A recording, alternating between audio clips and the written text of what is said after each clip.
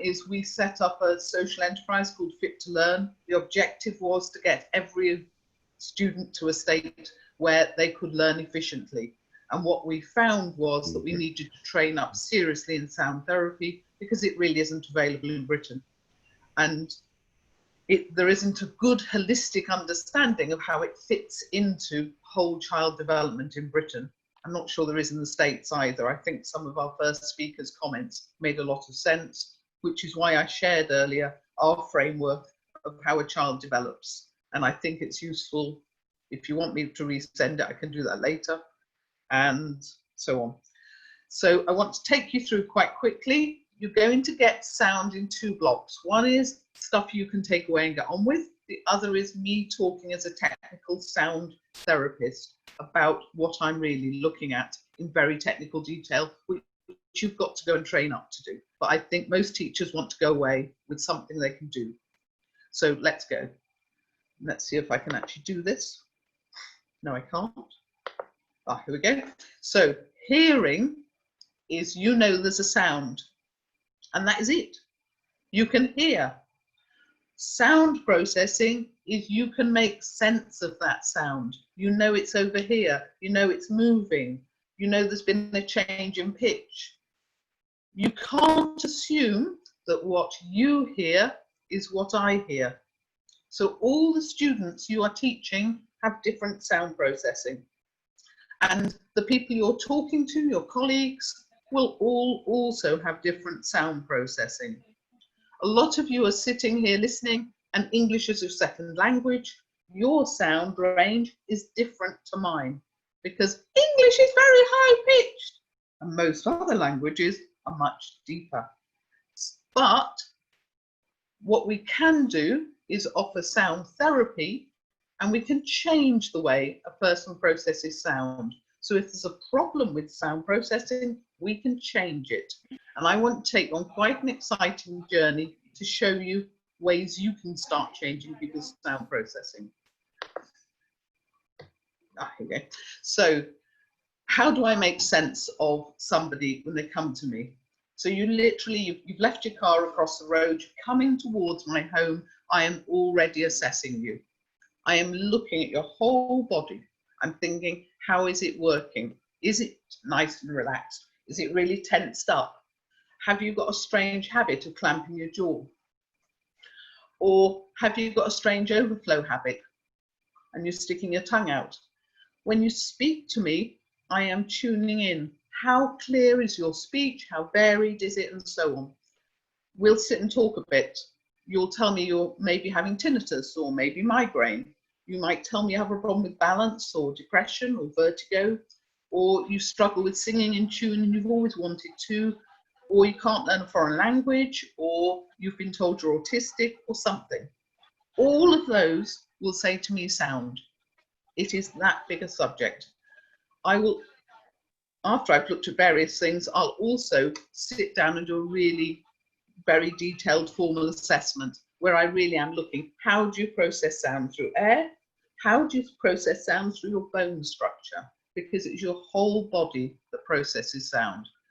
And particularly the school where I trained, Tomatis School of Sound Therapy, it was set up by Alfred Tomatis, who really understood that living humans process sound through their whole body. It is a living, moving, developing thing.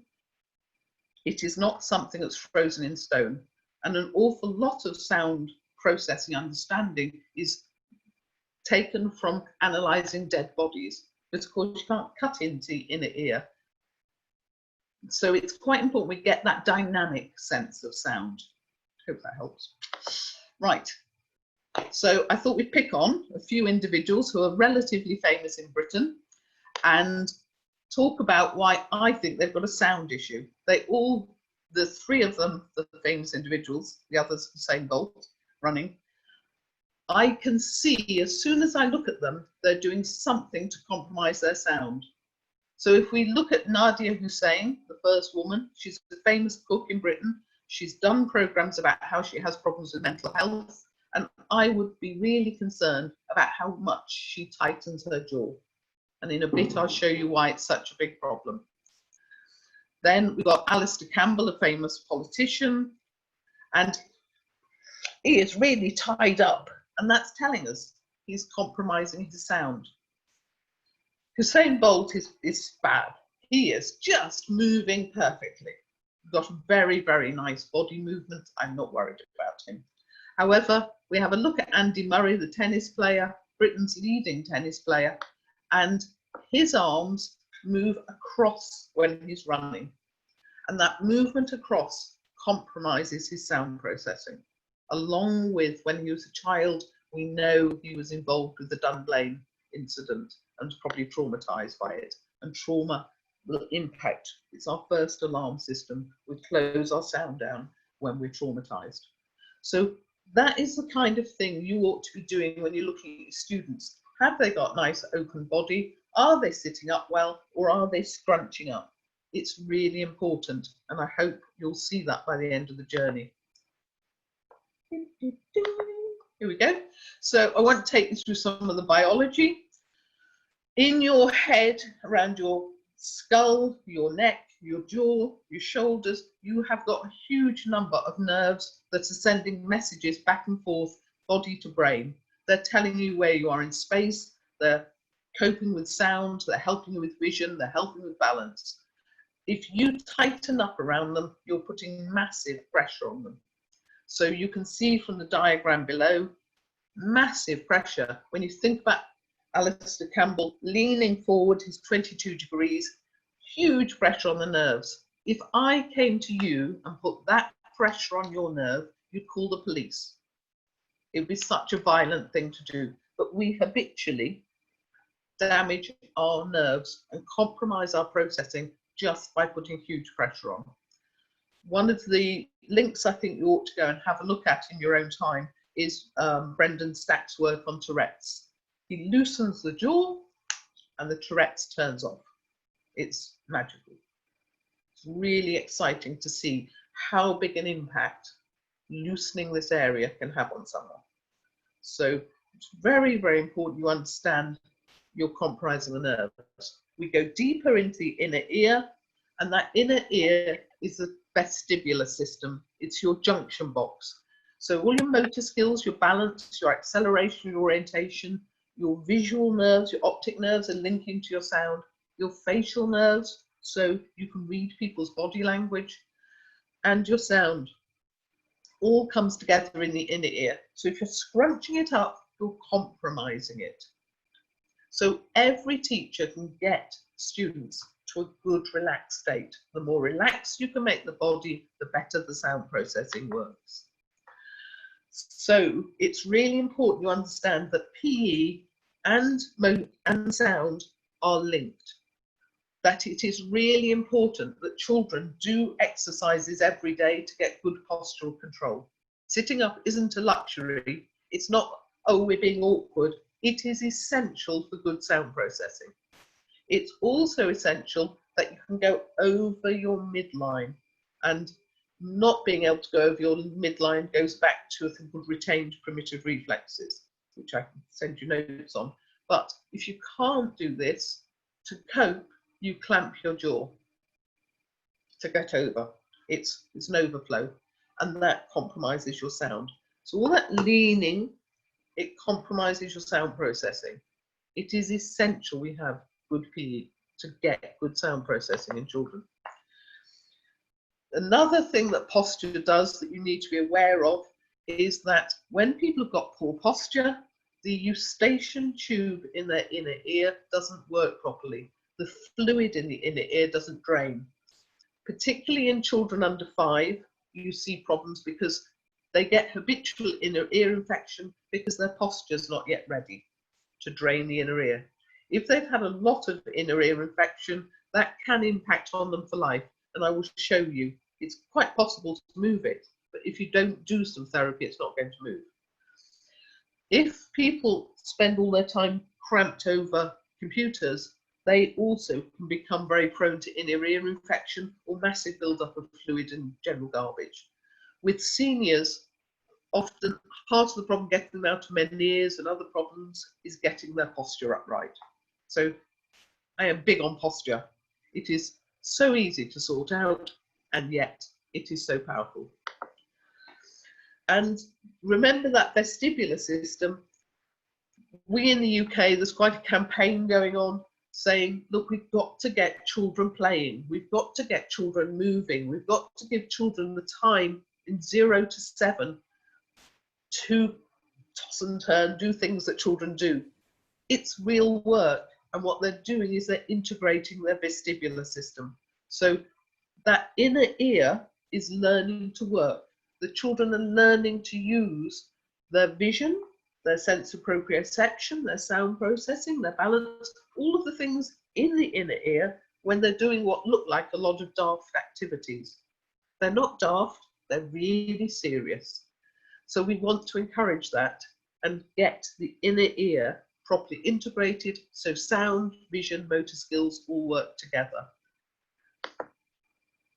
It's really important to understand that as a child's posture improves, their ability to process sound improves. And I don't know how many times I need to say to people, children cannot hear the full range of the English language till 7 or 8. Testing them on phonics before then is emotionally damaging to some of them. We've got to get them to good sound processing first. But there you go. Yep. This is an early years boy. You can see he's just developing. He's struggling a bit to balance. And I wanted you to have a look at this sort of picture. It's something you can easily spot. And he's clamping his jaw. That's telling you in the long term, he will do damage to his sound processing. He may or may not have problems at the moment, but if we don't sort out the problems around his vestibular integration and his jaw clamping, and he'll have a midline crossing problem, his sound processing will be compromised. And he's also sticking his tongue out, which tells us there is this problem. And it's probably primitive reflexes, but he could well have a sound processing problem.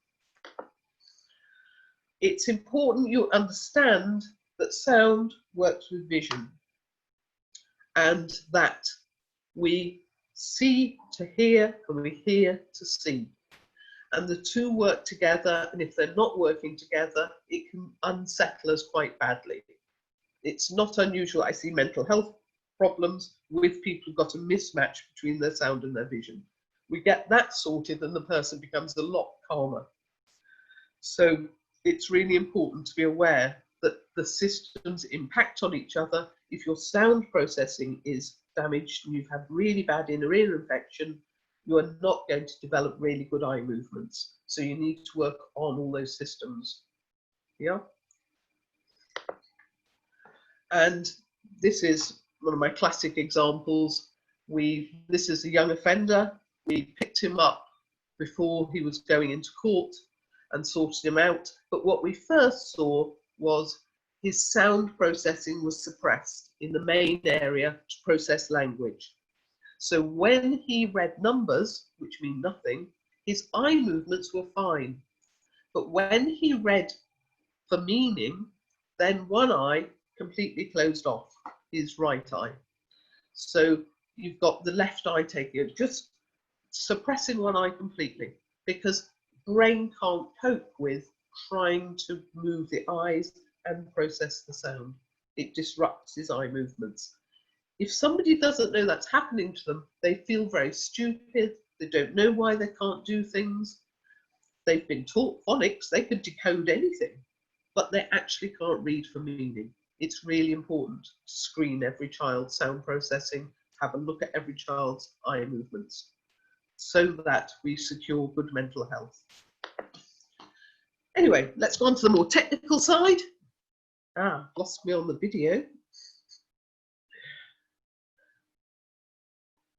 I don't know what's happened to my video. Anyway, you can hear me, can't you? And you can look at the slideshow. Charlotte, everything is okay on this end. We can see your presentation just fine. We just can't see the little you in the corner. So everything is fine. Carry on. You're missing nothing much but me. So you've arrived. I've had a really good look at your motor skills. I've had a good listen to your speech, I've heard all the problems, I sit you down and I tell you I'm going to study two things. One is how you process sound through air, and the other is how you process sound through bone. If I'm lucky, I'm also going to be able to have a look at how you cope when sound moves, and I'm going to be able to have a look at how well you cope when the pitch of sound changes. In this client, that wasn't possible. We just had a look at how he processed sound through air, which is the blue curve, and how he processed sound through bone, which is the red. And what you've got there is decibels down the y-axis and hertz on the x-axis, and your right and your left ear. And if you're in any doubt, it's a car crash. It's, you know, that is really terrible. You can tell from his speech that things were not good. So I'm just trying to work it. So you press this. Right. You're seeing the next slide? Are you seeing a slide which looks like the last one but has a green line on now?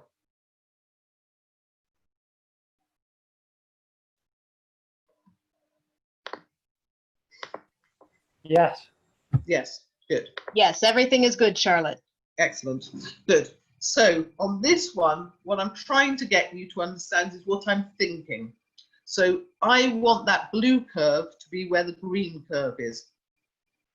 So I am thinking, my goodness, this boy at some points is not hearing 90 decibels of sound. The teacher will have to be shouting at him for him to pick anything up.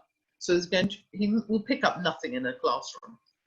And the blue crosses are telling me not only that his sound is suppressed, it's very chaotic. It's like being in Clapham Junction railway station, lots of background noise because the noise is chaotic for him.